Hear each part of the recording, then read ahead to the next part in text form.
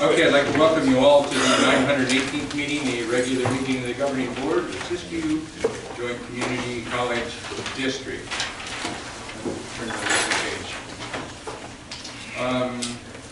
Announcement of open session. Anyone wishing to address the board on an agenda or non-agenda item that is within the jurisdiction of the board may do so by completing the open session form and submitting to the secretary. Blue forms are right here. And we will start with board member reports. Kenny, would you like to give a report? Okay, Jim. Okay, it's like the Academy Awards. I think I'm going to leave somebody else here, but I'll start with, if I miss the commencement, it's because my son is just getting back from Afghanistan, and I'm going to go visiting, and he's proposed to his partner, and she just bought a dress made in 1910 and looks awesome. So, you know. Wow, when's that going to go? I don't know. They're just, at least he proposed. So, then I would like, is Donnie here? Mm-hmm. There she is. So I'd like to thank Donnie for recognizing Kristen Recamini as alumni of the month, was it? Yeah. Yeah. Kristen's an awesome young lady, teaches with my wife at the Cedar Street School there in Mount Shasta, and I'm proud to say I was her 4th grade teacher, and she owes all her success to me. Next, I stopped by Charlie Roach's office last week and made a clothing donation of some XX large clothes I had, hoping I didn't need them again, and gave him a little cash and for the kids that got burnt out.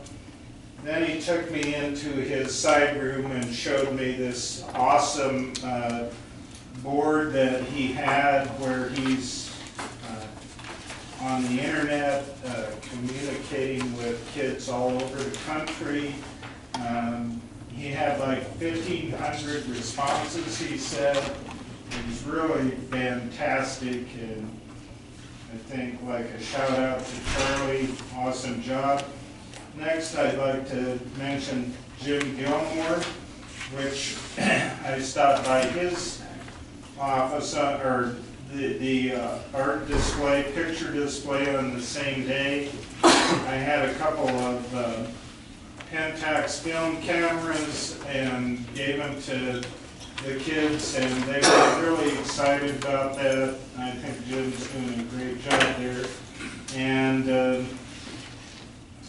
lastly, I guess it's the print display that Dennis Withers is doing with his class. I think that's going to be well worth seeing. End of report. Thank you, Jeff. Carol is not here tonight, folks, because her mother died last night. So she's with her family concert. Bob? Yeah, I have one thing coming up, and it's a little program that Scotty and I have been working on for about a year, and that is the raise in electrical fees for the college, which is a sizable increase, and it's going to go up another 10% if you haven't found out for next year, which means that we've experienced somewhere in the neighborhood of about a 33% raise in electrical funds for 4 campuses on CRS.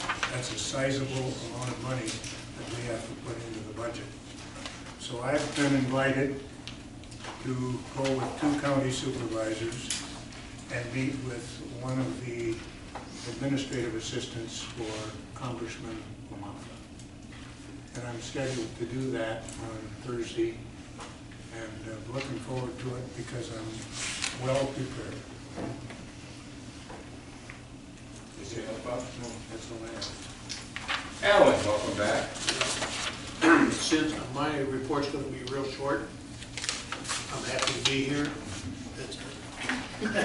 I'm right in I mobile. loved it. Awesome. We're happy to Great. I'm just looking at the calendar and noticing graduations are coming up, and ever reminded of my house when my daughter's graduating from high school this next month, and she's a great student, and she's accepted to go to Willamette University next year on scholarship. And Hawaii? Willamette up in Salem. Oh, I'm very proud of her. absolutely. Yep. Major for you. Pre-physical therapy. So, Yay. yeah. Oh, She's a good kid. I forgot something. With No, I'm done, that's it, yeah. with your permission, Go ahead. my, Take my 3 minutes. my daughter's partner, Scott Anderson, just graduated with a physician's assistant's degree from Stanford. Wow. He got his start here through our program, and owes it to us. Physician assistant, that's quite a feat. That's- Yeah. Yeah. Did you have his first graduating class in a compressed program? Well, it was like a 21-month program. Are you our guy? Yes. All right. Our dapper dude. Yeah, looking good. Okay, thank you, Jim. And I think I'm just going to skip my board report. I don't have anything significant. It seems like I've been working on college stuff for and solid. Enough of that. Rob? Okay, I got I it. don't remember, okay. I started with him. Okay, I couldn't How remember. could you not remember? It was so memorable. Never mind. I've got a brief report, and then I want to yield the remainder of my time to Dr. Haugen. Several people missed graduation. Mentioned graduations coming up 16th. This is our big event of the year. I want to encourage board members to attend. The nursing ceremony is at 5. This room, correct? Yes, this room will be open at 6 for your caps and gowns, and graduation starts, we'll start lining up at 7:45. So you have this in your packets, and so I want to make sure all the board members are aware of it. There was a fire right off campus, and Dr. Haugen, I want to give you a chance to update the board on that. Great, thank you, Dr. Frost. I typed something up because I think I couldn't quite get through it all in 1 minute, but so I've got several copies there for folks. Kind of a brief how the college responded. Sunday morning last week, fire just off campus, as most of you know. There actually ended up being 8 different COS students that were involved. 5 that live in the house, and then there were 3 visitors. So some were in Portland, out of town during the event. Anyway, so 5 students were displaced. Weed PD, they're really great working with the Red Cross to get them temporary housing.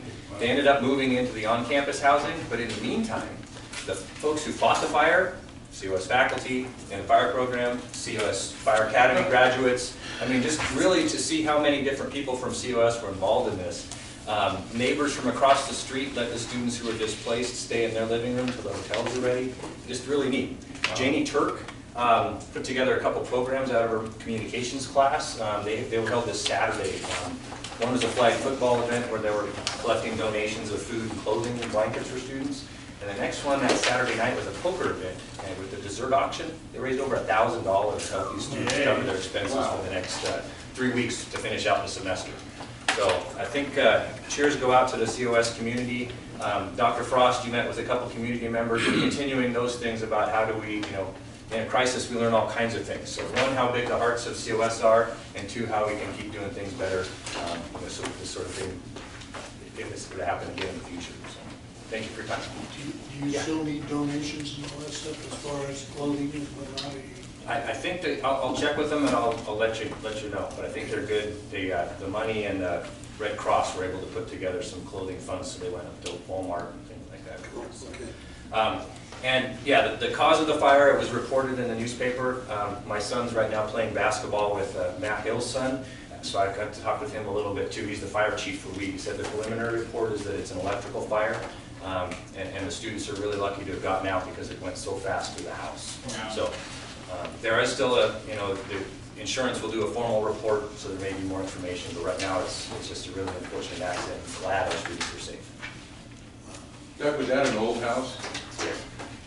The mill house is what Jaquel called it, so. Thanks, Doug. You got it. Thank you, guys. We are so lucky Yeah. that everyone's out safely. I have a report in the Campus Connection. I tried to go back to February and update on some of the major events. We've been busy preparing a lot of reports over the last couple of months. We had a very successful accreditation workshop Friday, a week ago. I want to thank Jack Pond for coming up from the ACCJC and all the people. There were 24 people in the room, I think, all together. It was a top-notch workshop. I think it went till 3 o'clock, somewhere around there. I left feeling really good about the work we have ahead of us next year, and feeling in good shape to continue our successful accreditation. Several people mentioned the printmaking show on Thursday. That's Dennis Weathers and the art faculty. I should leave that for you, actually. We better move on. Yeah, that's okay. One other thing I want to bring up, and I'm not really sure exactly what I'm bringing up, but I want to thank Dr. Tischler for announcing in advance his intention to film all the board meetings into the future. I think it's a fine idea. The more transparency, not only in governance, but across all governance and constituency groups, the better, not only for this college, but for our society. So thank you, Dr. Tischler. Are you filming right now? I am, yeah. Okay. And this is a new practice at College of the Siskiyous, and so it's important for us as learners to be aware of this and process it and discuss amongst ourselves, this is a change in history. And historians will tell you that people behave differently when they know they're being filmed, or they know they're being shot, or whatever. Will our behavior change? Who are we to say? But we're embarking on an historical experience by being filmed, knowing we're being filmed, and knowing there'll be historical record of that filming from here to eternity. Because as I understand from Dr. Tischler's email, this will be logged online. Available via the World Wide Web. So, it is what we make of it. And so, but I do think it's important at the beginning of board meetings, whether it's Dr. Tischler, the board president, somebody should just announce, because there will be new people in the room for most board meetings. I think as a courtesy, we just need to make sure we remember, to tell the new people, by the way, we are filming the meeting. Over time, we'll get used to it, and it'll become custom. So that I'm trying to think what I forgot. That concludes my report. Thank you, Rob. Scotty, you have a report? Yes, just a few things. The special financial report we did, just a report to the Accreditation Commission. We had a visit. I think Dr. Frost mentioned that in the Campus Connection. Went very well. Dr. Willie Duncan from Sierra College, the president there, who's been at our college several times with accreditation efforts, and Robert Misamoto from Santa Monica, who's the Vice President of Administrative Services, came. We had a really good meeting with them. They're working on the report, the processes. They'll come up with a draft, send it to us for correction of fact. I heard from Dr. Duncan this morning. He's in Washington, D.C., but he said they should get it to us within a week. It went really well. Also, the enrollment services changed the process for enrollment in the summer and fall classes. We're allowing students with debts to call them to register, reminding them at the time we allow them to register they have a debt. They need to pay by a certain amount of time prior to those semesters.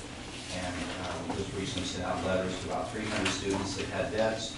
About 200 of them owe us $1 because the student rep fee, for some reason, didn't get collected when they registered. That process is going well. Also, we're enhancing the procedures in the lodges relative to the contracts and promissory notes and coordination between the lodges staff and counselor office and business office. to make that a more smooth process and making sure the students have the means to pay prior to moving in. So we're working with the staff on that. I heard again from Fred Harris this morning. We've been communicating with Fred Harris, State Chancellor's Office, and Elias Rigoletto, one of his staff, about the instructional service agreements. They basically confirmed again in the email this morning that everything is great in our program.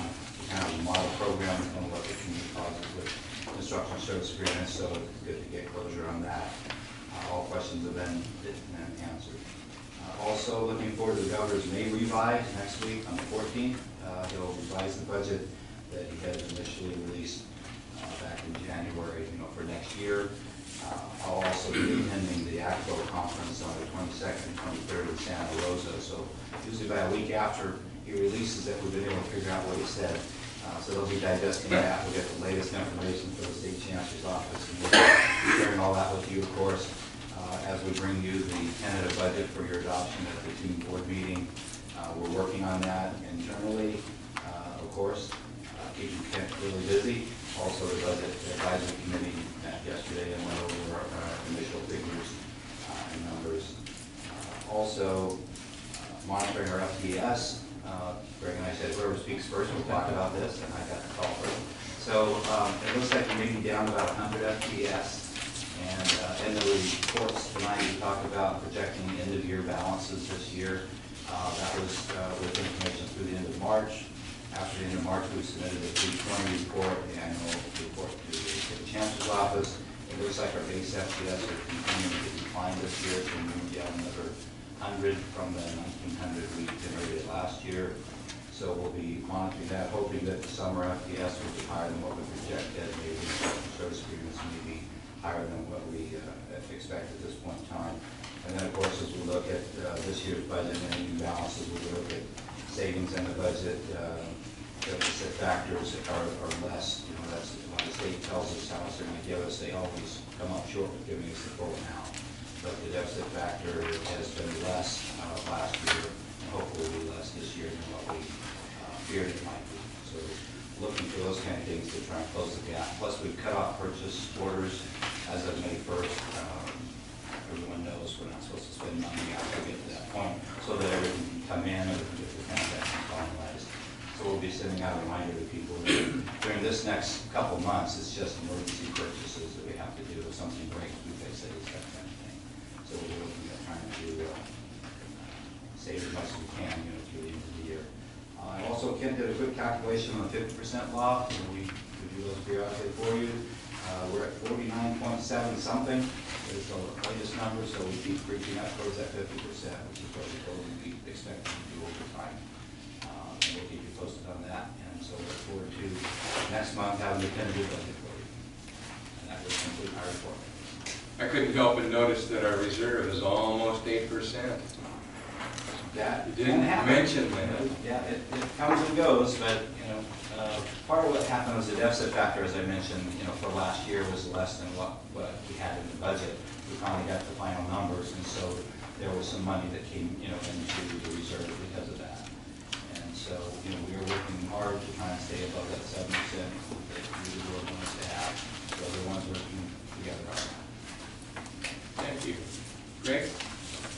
Well, Mr. President, I think in light of study covering essentially, I have bought materials about FTE production, but I don't think I need to. And in light of some of the needs of board members tonight, I think I'll keep my comments brief and leave it at that. Thank you. Sonia? Both of my report is in the campus connection, but just as a follow-up to what Doug was talking about, the students who were burned out, we got a phone call at the Eagle's Nest at 4 o'clock from the fire department as well to be told, don't worry, it's not you burning. It's one of our group of students and they need clothes right now. Oh, yeah. So Angel went down and the kids that had no clothes other than their boxer shorts, she clothed them all, went through all the winter things, because that morning was probably about 38 degrees, and they had no shoes and nothing, Oh, man. nothing else. So You said 4 o'clock, 4 a.m. 4 a.m. 4 a.m. in the morning, so, How is it they escaped this fire at 4 in the morning? they got lucky. Oh, maybe. Sharon? I just have a couple things. Our spotlight bios on David had, the custodian had twins last month. I don't think you know about them, but you will. And I still have to send that to Kathy to send out tomorrow. Since I was prompted to tell you about the printmaking show, and that's why I was late coming here, we were putting things back on that, and I apologize for being late. But the reception is Thursday from 4:30 until 5:30. There's an amazing collection over there. There's 12 of the printmakers in Dennis's class that are showing what they'll have tons of prints, and we are reminding everyone that that it's just in time for Mother's Day. So, and there's lots of really affordable prints over there, and they're beautiful. And I believe that's it. Okay, Oh, thank you, Sharon. what, I'm sorry, one more thing. And the show, I don't know, did you already mention this? The show, we had record numbers coming out to the producers. I think I was telling Rob, I usually had to do a little publicity for the show, time allowing, but I did in this one. And we had 307 that Saturday night, which is the biggest evening house we've ever had. And so, just word of mouth, and Donnie's great work as our publicist. So, yeah, if you get a chance to see it, it was, everybody's saying it was the best thing that we've ever done, so. Okay, now I'm done, sorry. That's quite all right. I see Sean is not here. Is anybody going to give a report for academic senate? Seeing none, we'll move on to Jaquel. Nice to see you again. Nice to see you as well. Are you representing the students? Yes, in temporary representation of the Associate Student Board. We're very concerned about the recent fire that occurred, and we're making all the necessary actions to alleviate the situation, emotional concerns of the students. At this time, I have no other concerns. Well, thank you for your report, and thank you for being here. You look good. Yeah, pretty dapper, huh? Yes, yes. And actually, he was at the presidential forums as well, where I met him. So, Yes, Joe. how are the guys doing? Some of them very sympathetic, but we donated enough money to actually receive them clothes and etc. But I'm very concerned about them as well. But I'm taking care of the situation the best we can. Good. Okay. Let's see, we are at... Oh, Eric, I'm sorry. I know I've been in and out, so it's okay. You're out right now. I'm out right now.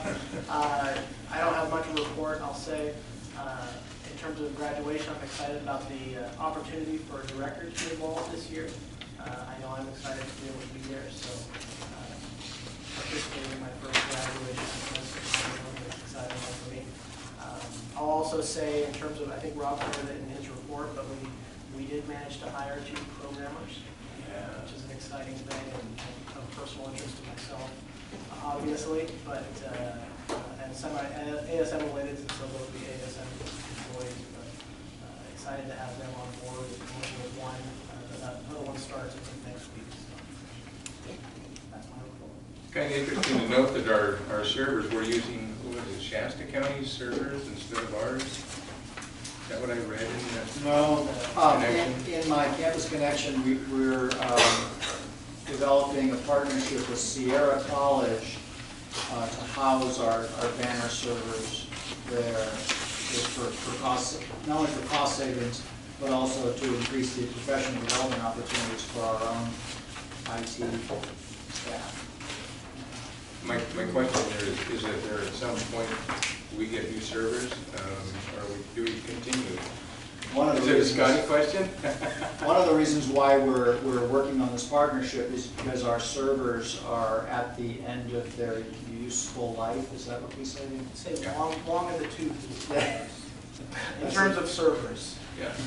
So technology. are getting And so if we go out and buy brand new servers, it wouldn't make sense to then relocate the support there when they have servers and server space that they'll dedicate.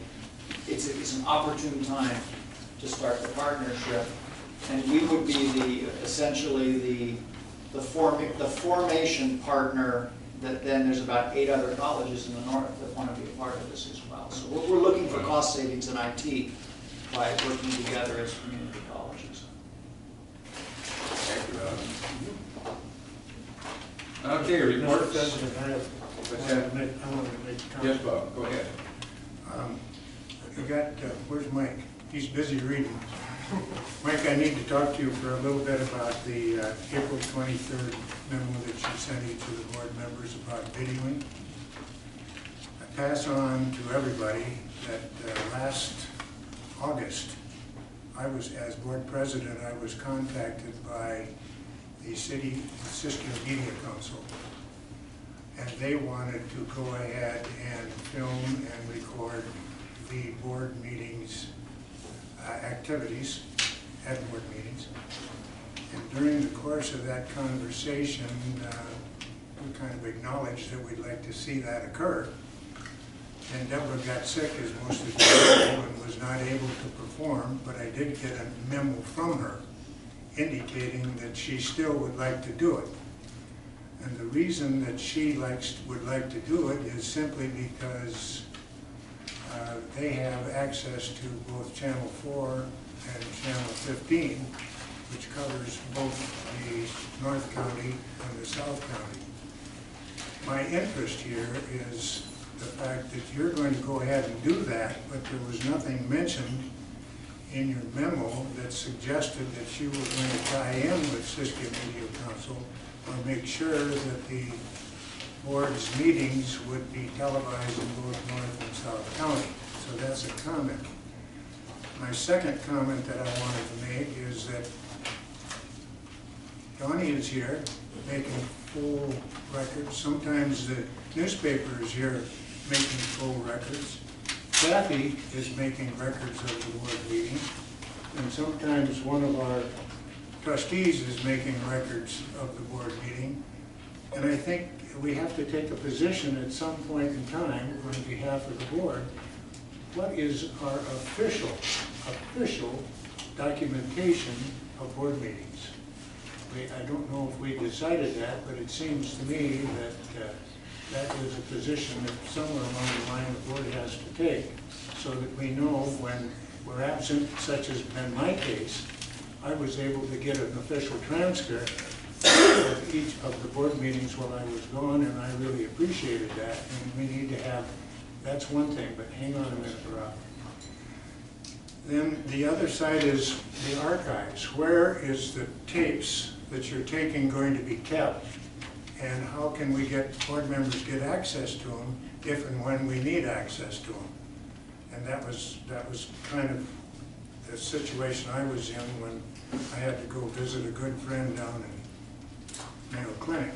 So comments that I make, and I would ask Mike if he wishes to go ahead and develop them, and Rob wants to make a comment so that we know precisely what is official when it comes to Board of Trustees meetings.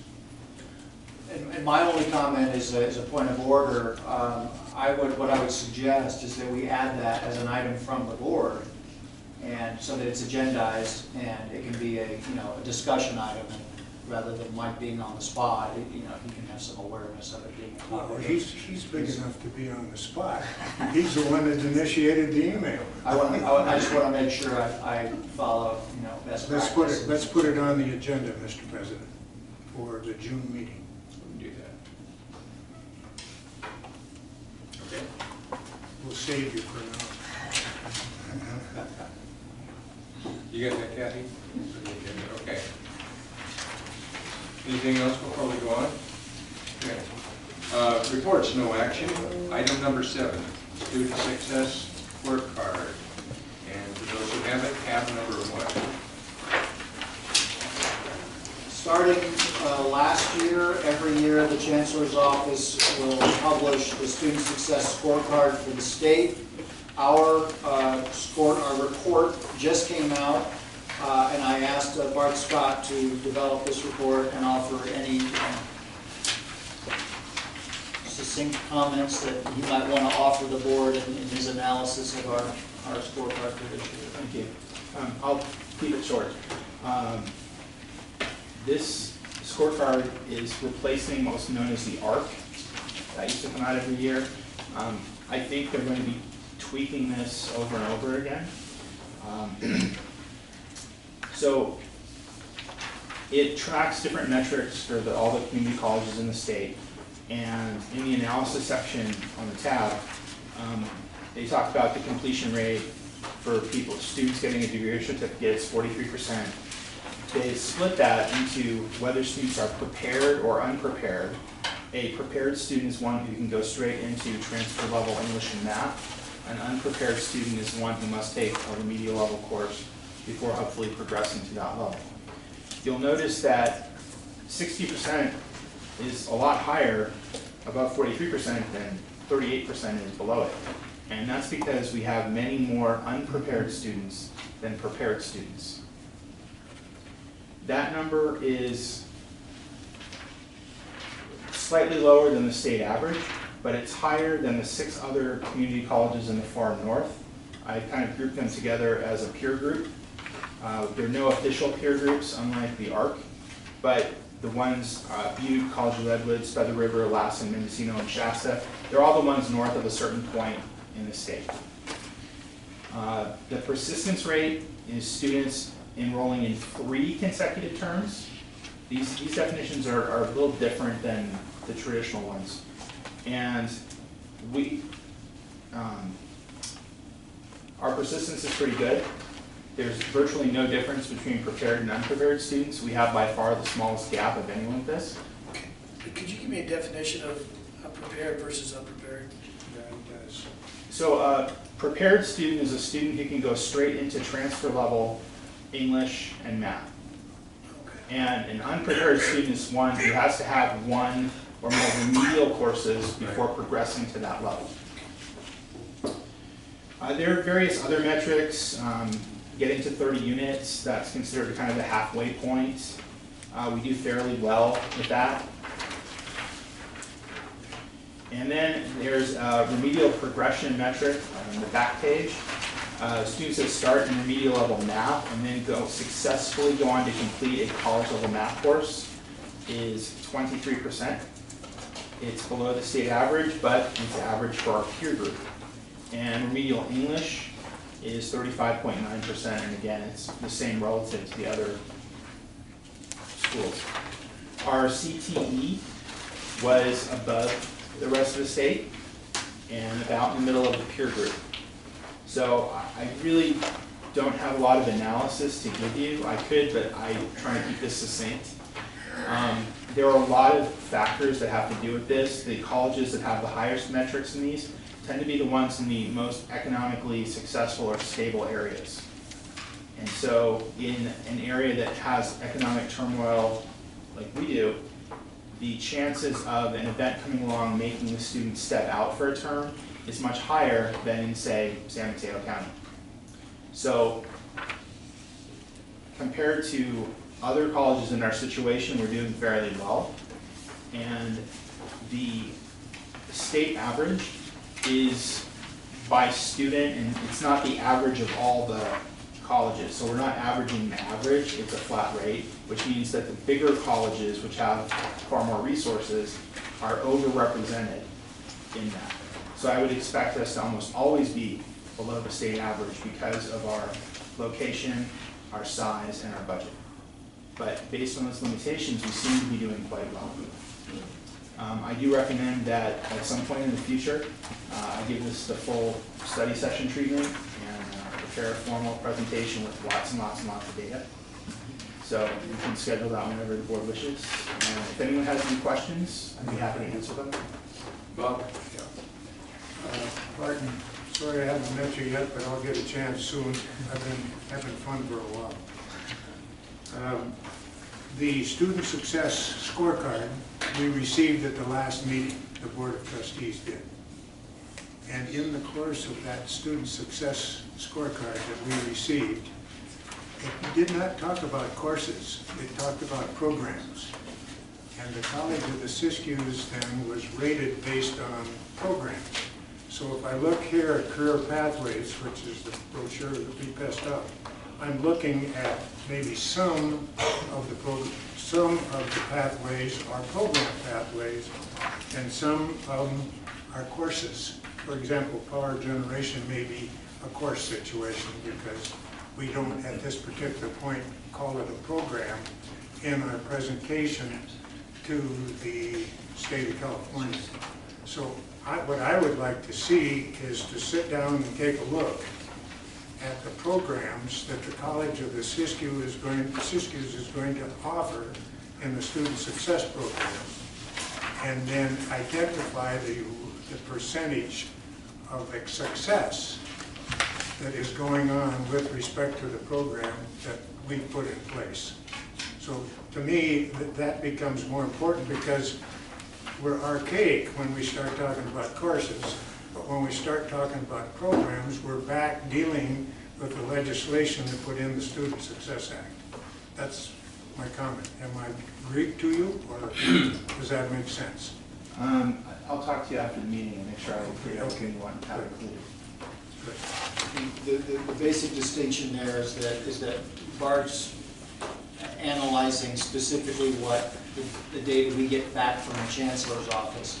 What you're really talking about is something equally significant but distinct, and that is more the completion agenda, which is a national conversation as well as a state conversation.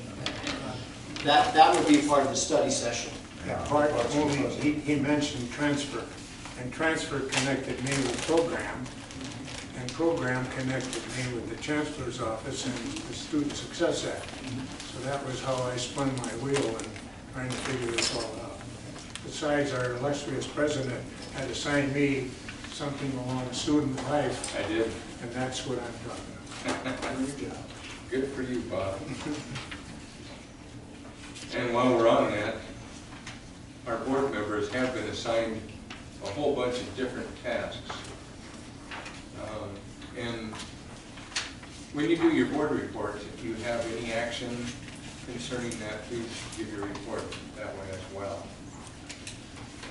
Item number 8, revised administrative procedures, board report 4749. This is a no action report. Procedures do not require board approval, however they are we pass through our formal governance channels through the College Council where a recommendation is made, and that's where we do a lot of our final wordsmithing. All of these have gone through that process. Only the very bottom one is a new procedure. The rest add minor updates, oftentimes associated with recommendations from the lead. And whenever we update procedures, we provide the board with a copy for your review. And we can respond to any questions if you have them.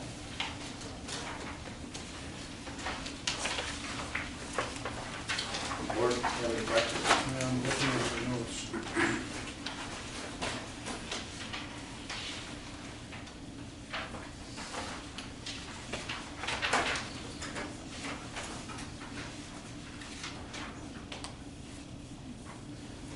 I have one on board report 5200.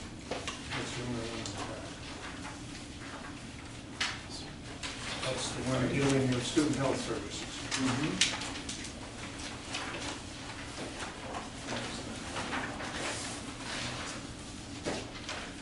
My question is, who provides student health services?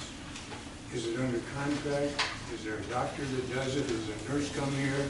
How often does it occur? It says somewhere along the, who attends the health clinic? I mean, who services the students? It is under contract. It is open specific advertised hours in the lodges, and it's our students that utilize the health services. And it's a net code item, and other colleges in the state provide the same services that we do. Who are we under contract with? I don't remember. I believe it's Alpine. It might be Alpine. I think you're right. Thank you. So, a doctor from Alpine? or nurse from Alpine? A nurse practitioner. Nurse practitioner? Who can refer to a doctor as. Okay, thank you. That's who we've had for a while, I think, right? No, we've had doctors here too. Dr. Herfindahl used to come. Yeah. Any other questions? That was me. Action items, consent agenda. Is there a motion? Make a motion to approve the consent agenda. We have a motion and a second to approve the consent agenda. All those in favor, say aye. Are you going to talk about the reserve or anything like that during the consent agenda? Good idea. Okay, why don't So- let's not vote on it. We're backtracking. Let's not. All right, we'll vote on back it up just a until tiny we bit. get- Okay. We want to get that covered before discussion. Discussion. Who would like to discuss the consent I agenda? think Bob. Well, I have a couple of things that I'd like to talk about here. Scotty, help me out. I understand that we raised the reserve $200,000, or we get a percentage increase on the reserve of about $200,000. In other words, every percentage increase of the reserves amounts to about $200,000? In other words, I'm not sure, but that's what I figured I out. think 1% reserve is around 150,000 or so. Okay, so let's use 150. So if we want the reserve to be at 9%, you're going to have to come up with somewhere in the neighborhood of about $400,000 to $500,000. More than that, because I would like to see it 10%. Well, I'm just making the point It's not even sufficient. that we need to understand that that's what Scotty and Kent have to go through in order to achieve the reserve that we're searching for. So we got to start looking at some of that stuff when Scotty presents the budget to us at the next meeting. That was one comment that I had on that one. I realize it's not easy to increase the reserve, and it takes some special money that came from someplace else to maybe to bump it up a little bit.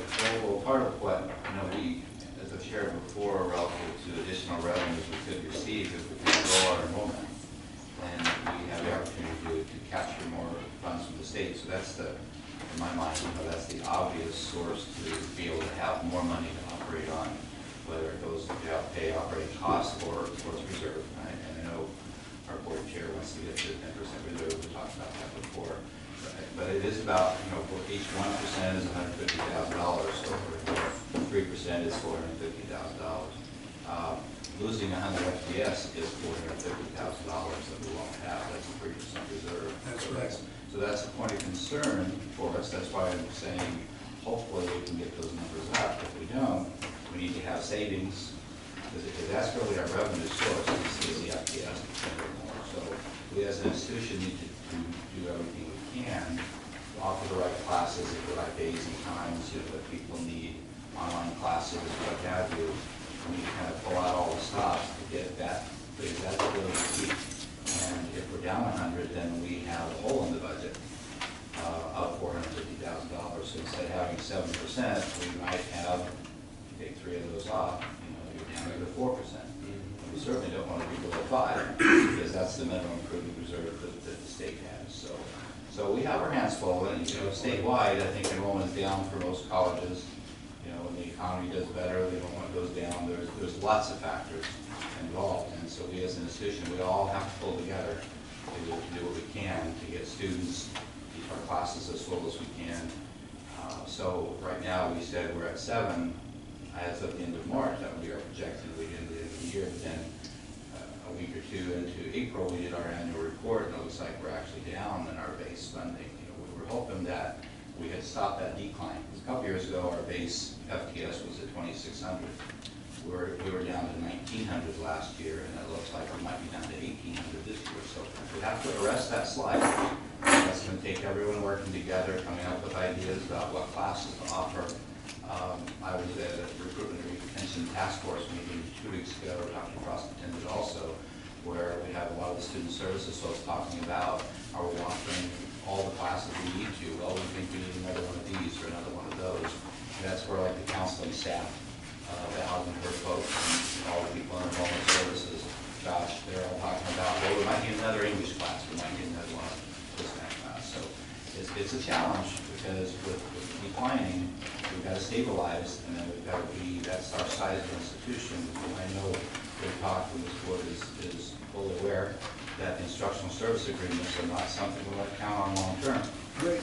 Okay, and and our the state would tell us, like, we talked about our backed obligation number is like 32. Okay, but if we're continuing to go down, it won't be 32, and it's 32 in part because of the instructional service agreements. So we really need to try and get to the point where those funds are excess, or one-time funds. Right now, that 600 instructional service agreement FDS is really helping because it is $4,600 times 600, $2.5 million. That if we don't have those, that goes away, and we can't absorb that kind of an adjustment. So we really need to work together as an institution to get our numbers up. If we have the opportunity to grow and to get more money, that's not an indefinite opportunity. And if, when the governor talks about growth money, 3% growth is what he initially said. State Chancellor's Office is saying, we can't grow that much as a system. It needs to be maybe 2% growth. But we'd like that dollar amount, but don't tie it all to growth. So, they're grappling with the governors and the legislators, about what we might get. So next week, we'll see what, the 14th of May, we get the governor's revised. The state revenues are up, over what the governor projected, and so there's a possibility, well, there'll be extra funds for the state. What they do with it is a question. They could give us more money. We would certainly welcome that, but we can't count on it. So a lot of it is outside of our control, but increasing our FDS, that is something we can do together, and we need to work in that direction. Well, Mr. Chairman, I asked to be placed on the June agenda, an item that the board does not have any control over from the standpoint of expending money. And so what I wanted to make sure, after we get a chance to take a look at the budget, if there's an opportunity for us, knowing some of these expenditures that are starting to pop up, that the board can't control. I would like to see that and start comparing it to the budget and to the possibility of holding up our reserve. I think I've always followed the budget, I've always followed appropriations, and right now I'm kind of sitting on teeter-totter trying to figure out what is going on from the standpoint of $18 million a year or $15 million a year of what happens. So I'm very interested in, Scotty, and what it looks like a possible appropriation will be and the budget to follow. And it's really important that we have a balanced budget, that we don't spend from our reserves. Accreditation is one of the areas they look at that. When we had our visit recently, we were talking about we expect to have a break-even budget. For next year, we're certainly preparing one, trying to make it break even. We're not quite there yet, but we're still fine-tuning it. And once we bring the tentative budget, sorry, one last comment, at the June meeting, of course, we know it's September that we come with the final budget. So we'll keep adjusting in that whole time period. See, and if you look at tab 7 is what we're going to come to next, and tab 7 shows $317,000 of adjustments that we have to make with respect to other things that are creeping up on us. And how do we get to that reserve? Like everything else, everything keeps going up. Any other questions Not on 7. Okay. any other questions on the consent agenda? Okay, just wanted to say that our next upcoming meetings are Tuesday, June 3rd, Tuesday, July 1st, Tuesday, August 5th. Okay? And I believe we had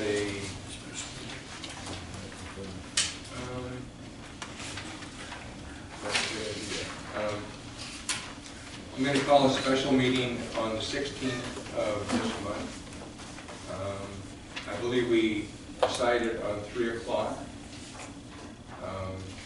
before the graduation and ending and all of those things. Thank you, Greg. Reminder there. So we have a motion and we have a second. And I think I said all those in favor, so I'll say it again. All those in favor, say aye. All those opposed? Carries. Open forum. Kathy, do we have any? No, we don't. Okay, we'll move on to item number 20. Acceptance of Arthur and Root Foundation Nursing Grant, tab 12 for those who have it.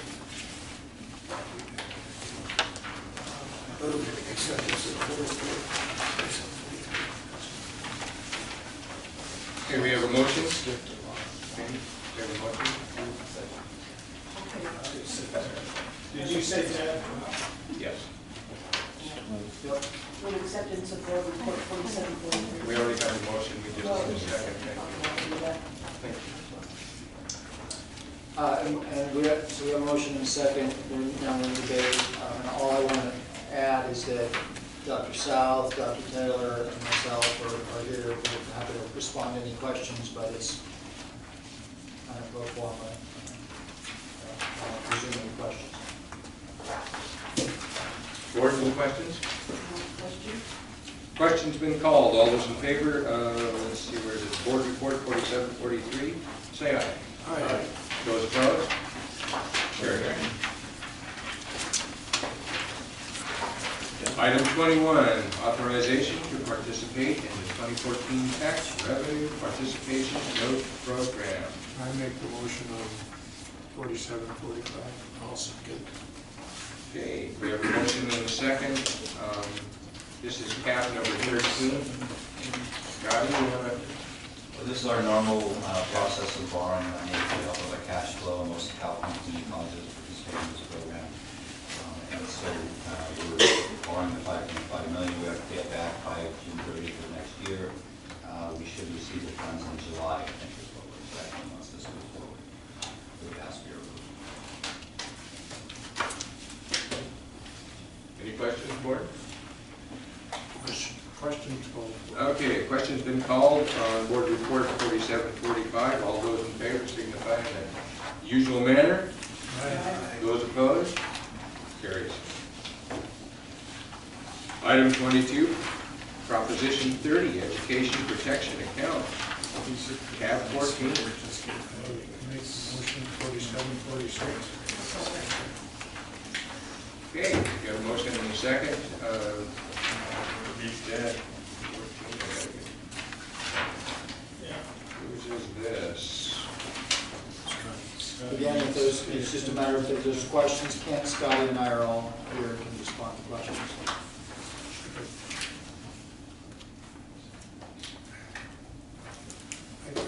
I have a comment, Mr. President, that, and I'm not sure if I read it correctly or not, but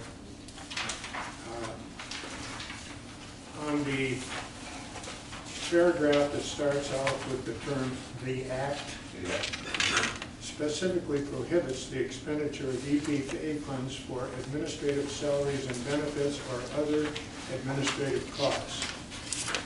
When I see that, and then I go over and take a look at employee benefits to the tune of $279,000,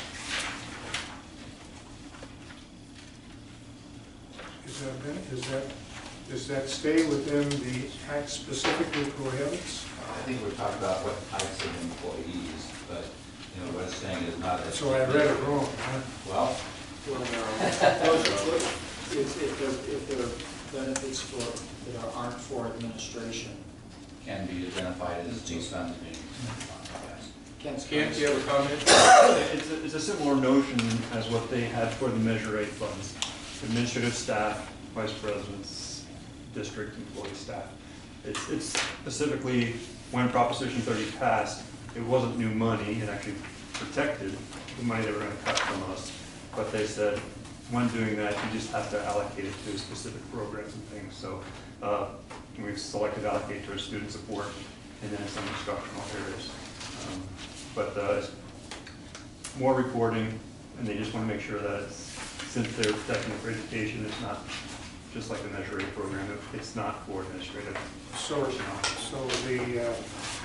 the second question that I have is, do we have the instructional force to carry out the programs that have been identified, humanities, mathematics, psychology, and interdisciplinary? Is the instructional force present on the campus now?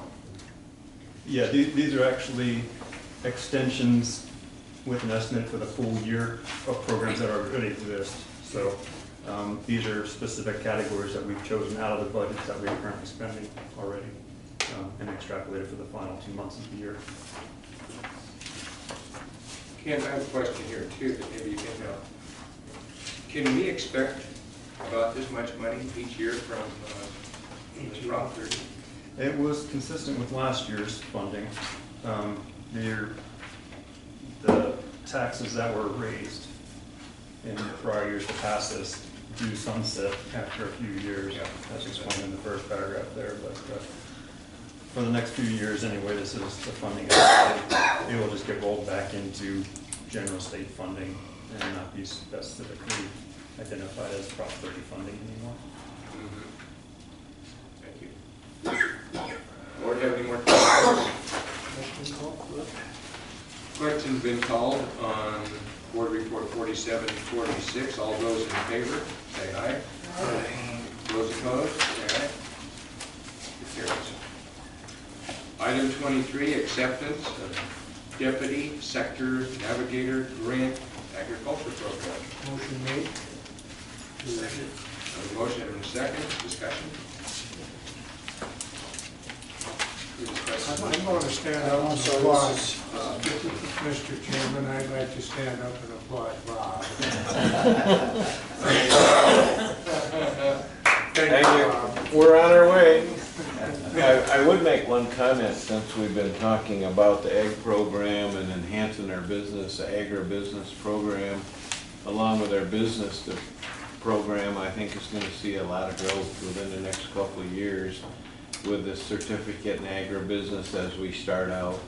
And we have met with Cal Poly, UC Davis, and Chico at some of the universities. They're very eager to have us feed them students, of course. But Bell Campbell, I met with them, they're very pleased. So we've gotten some real positive reaction. So I think our business program is really going to benefit also from this. And I might add, we just received a request that we wanted $5,000 more to do global trade and business, so we're going to, I said yes. So we'll be getting an MOU for that too. It ties right into this, so it's coming, slow but sure. Just need water, I guess. I have a comment that also I had some interesting conversations this past week with one of our competitors. Uh-oh. And I'm going to give this to whoever wants to see it. But here's what the Klamath Community College is doing. Mm-hmm. And this particular program that Klamath Community College is doing talks about helicopters and aircraft maintenance and a few things like that. They're competitors for us, especially in the development of the new nursing program, which they're going to develop in 2015, the RN program. Now that's going to be different than ours. Ours is LVN RN upgrade. But still, there's going to be people from Siskiyous County that are going to ultimately start branching off and going to Klamath Falls instead of coming down here. So somewhere along the line, all I'm going to suggest to Dr. South and Mr. Taylor, Dr. Taylor, is that when we get to a point, let's start getting some advertising out, like the Klamath Community College does, when we have a new program that we're initiating. My ag building doesn't look quite that good yet. Not yet. But the welding program's coming good in the old ag building, so that is. So that's merely a suggestion at this particular point. You want to start this out? Got a nice donation from NorCal Products. Very Yeah, nice. we haven't covered that yet. I'll add to that when we get to that one. Sorry, old thunder. Any other comments? Question's been called. All those in favor of acceptance of Board Report 47, say aye. Aye. Those opposed? Carries. Item 24, revision of board policies, 47, 48. Cap 16.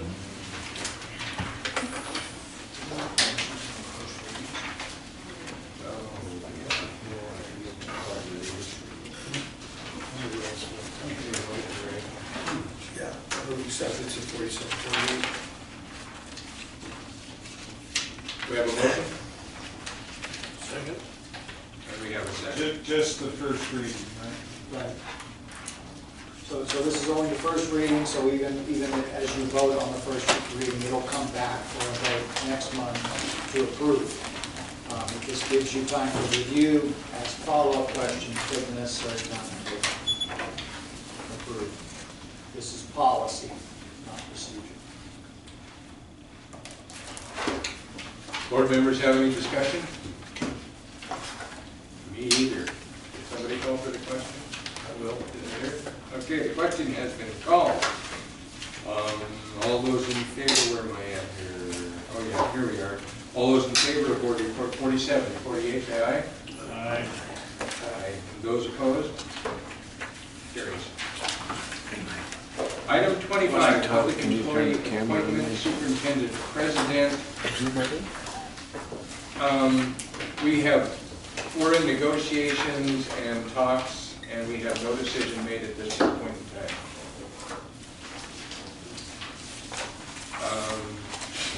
Any items from the board?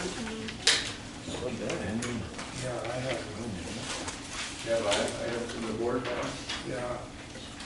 I don't know how many have had a chance to see this report that was produced by Dr. Frost and Company. College, Siskiyous special report. It's the special report for accreditation. Passed out 2 meetings ago or a meeting ago.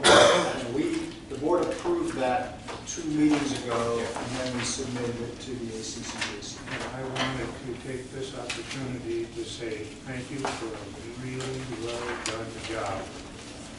But I also wanted to ask you, at some particular point in time, if you wanted to give us a full breakdown. You gave us a little in your notes. Is there anything further you want to tell about that whole week that you spent with the accreditation bid? Well, the one thing I'd like to say is that I wrote one section of that report, and I'm pretty sure Scotty Thomason is responsible for the success of that report. It is an excellent report. And as much as I'd like to say I worked hard on it, I actually kind of wrote fast and from a lot of my direct experience with the enrollment management piece. Scotty, Greg, Kent, a few others were buried behind closed doors for a week plus. There were a lot of phone calls. I have to say, I will say on all of our behalf, this was a report that Randy Lawrence and Steve Crow knew was coming a couple of years down the road. This administration never even knew it was coming. And so it was prepared on very short notice. I had a couple of fairly blunt conversations with some of our colleagues, in fact, about the short turnaround. So I appreciate your recognition because it is an excellent report. It's done on very short notice. And I think that the biggest news is that we passed with shining colors. And I don't know, Scotty, if you want to offer anything else. It was a one-day, kind of a one-morning visit. It was a quick turnaround time, and as Dr. Frost indicated, it was short notice to us. We initially received a letter that was addressed to COS, but it wasn't called to the Siskiyous. It seemed to be pertaining to causes of Siskiyous. And so Dr. Frost spent several days trying to talk to them about, you're not describing us, who do you think you sent this to? So in any event, I think the visit went very well. They were very pleased. One of the areas we talked about in there was our financial aid and student loan default rates, and we said we've been getting those default rates every year. We've been challenging them every year because of the inaccuracy, and that's been a flaw in that whole system for a number of years. I used to help colleges in a previous life as a financial aid director challenge the student loan default rates. And actually the day before Dr. Duncan came, Willie came, I've known him as Willie for too long, we got confirmation received back from the Department of Education that all 6 of the students that we questioned, they had accepted our corrections. So we dropped below the 30%, which you have to be over 30% 3 years in a row with their calculations, so we're not there. And we're starting a new effort that the Chancellor's Office is sponsoring in student loan management and communication with our students, that we'll be having a task force or committee to administer that, and the Chancellor's Office has resources committed. And then the cash flow is pretty straightforward. We monitor that, keep an eye on it. We have talked about our budgeting process and all that. And Dr. Frost explained about we do know the enrollment's been going down, and we're trying to adjust to that. And so it was a good report. They were very pleased with it all. We just talked about the fourth item with them, post-retirement benefits, health benefits. And so they were saying, it would be nice if you really started putting some money aside each year. And so we'll be talking further with you about that. Along those lines, Jeff Kischunk is doing an actuarial study for us. He's done it for us every, 2 years ago was the last one. Every California community college is doing them every 2 years. Probably 90% of us are using Jeff. And we just recently sent him all the information that he needs. That then tells us how much we need to set aside. You have your pay-as-you-go, people have already. We have the health expenses for current employees and our retirees that we deal with. And so they project how much money we need to have if you have going forward. We changed from being self-insured. We made some other adjustments to our benefits, health benefits, and so we would expect that the calculations will result in lower money needing to be set aside per se. But we'll bring that to you in the next couple months once Jeff finishes it. So we're pleased overall, and we did take the time. And they also told us keep it brief, but we tried to keep it brief but to the point and give them enough information. And it seemed to be they were very happy with it. So they'll give us into the draft in the near future. Willie's back in Washington, D.C. today attending a conference, so he'll finish it when he gets back, and we'll receive it from them. And then we'll be bringing it to you, of course, once there's the Accreditation Commission will actually receive that report after we've had some input, and they'll take it to their June meeting of the commission. And we'll be hearing after that, just as people in our causes normally hear after that. So probably by the end of June or first part of July, we'll get the news. But we don't expect any negative things to come from the visit. There's two items in this report that are very interesting, and I hope all of the board members take a chance to take another look at it. One is, what do you do about declining enrollment? There's quite a conversation about that, and that goes to my conversation with you about performance evaluation. And then the other one, which I don't think many people saw, but if you take a look at 2007 and 2008, you'll find that our reserve was 8.2%. You'll find in 2008 and 2009 it was 13.5%. And you'll find in 2009 and 2010 that it was 15.3%. And you'll find in 2010 and 2011 that it was 11.4%. So the college is capable of responding to our concerns about what we need in the way of reserves for some of the future things that are coming down the line in 2014, 2015. No more. That's it. And is that in part to the faculty's contribution or negotiations to help us through the crisis? Our level of reserve? I would, to respond to you, Jim, I would place it on behalf of all of the board members putting their foot down and saying we're going to do this and this and this with the college president. he in turn would turn around and say where it's gonna come from. And I think the faculty and the staff kind of cooperated, and so we were able to do that through a mutual agreement. And I guess you would look forward to the fact that that's gonna happen again pretty quick. Yeah. July starts all over again. Well, that's life. It is. It is. Hey, we do the best we can to keep the college afloat and keep a good reserve on hand in the event that we need it suddenly for something. Any other discussion from the board? Can I, this is with the chair's permission, of course. There's an item I neglected in my report, and a board member asked me about it, so with your permission, I'd like to just report on it briefly. And Sonny, you might have to help me out here. My understanding is that the academic senate candidates for, and this is, I don't know if I have a complete list of candidates. Mike Graves is running for president. Sonny Green is running as vice president. Janie Turk would be secretary. Ahmed Ishmael and David Clark are at-large members. And those are the ones I've heard about, so if I've missed anybody can, okay.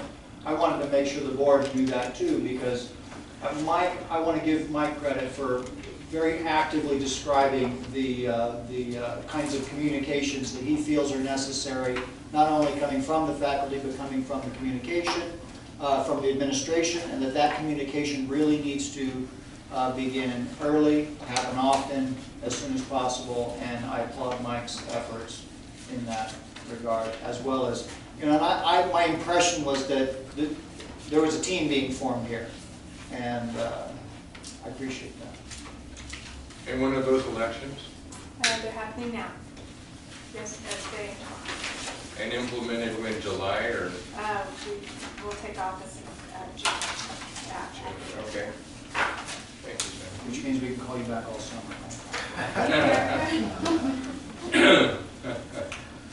Anything else? Okay, closed session. Thank you all for coming.